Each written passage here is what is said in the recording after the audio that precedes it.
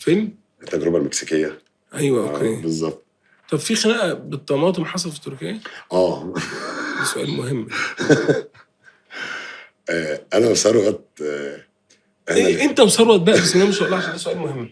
انتوا الاثنين ليفل عالي، الصوت عالي اوفر، بتوصلوا لحتت بنت لذينه. ايه بقى الدنيا؟ بتعملوا ايه مع بعض مبدئيا؟ لان انتوا الاثنين انتوا صحاب. والله بحس لما احنا الاثنين بنطلع احنا الاثنين بتريحوا اللي حواليكوا، لان الصوت باسم الجراف طالع. انا كنت الاول في بدايتي في التمثيل كنت بخاف، فكان صوتي دايما تحس ان هو مكتوم.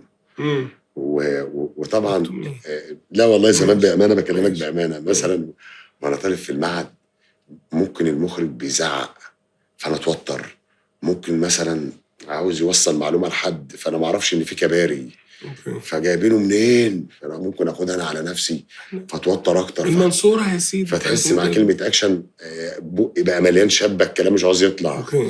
فكانت الحاجات اللي بتوترني زمان لحد ما جيت وقفت مع نفسي فعلا، عملت وقفه.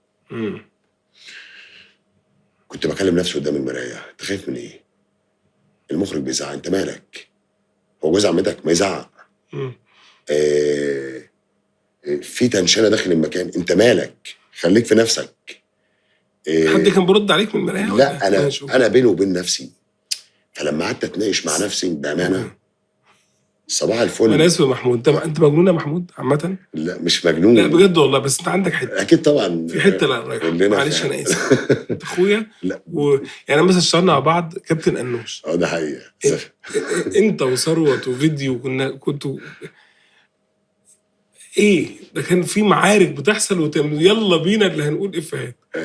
هو انا حبيت معاك وانا بعمل شخصيه زبزبه ده المتردد. أيوة طول الوقت متردد. ايوه مش فاهم هو زعلان ولا فرحان ولا بس بفضل معاك كنت دايما ببص في عينك الاقيك لو انت راضي انا ببقى راضي.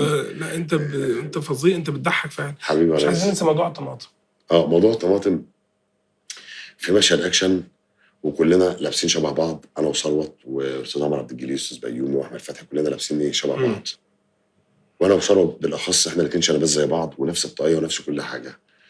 فالاستاذ شادي علي قال لي يا جماعه وانت معديين في السوق اللي بيضرب بخضره ولا، فانا الحظ اللي جيت جنب طماطم.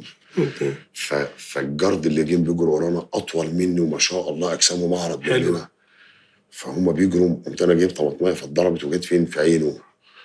فانا فجاه لقيت واحد منهم بالصلاه على النبي قام رامي الجاكيت بتاعه على الارض بعد ما المخرج قال قط.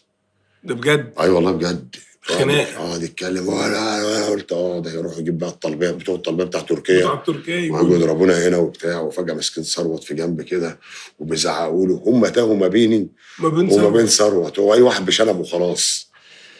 حلو لحد البسه. فالمهم فانا برضه عاوز انقذ ثروت معايا واو مش عارف ايه، وانا مش عارف ابوه لي اصلا عشان ارد عليه.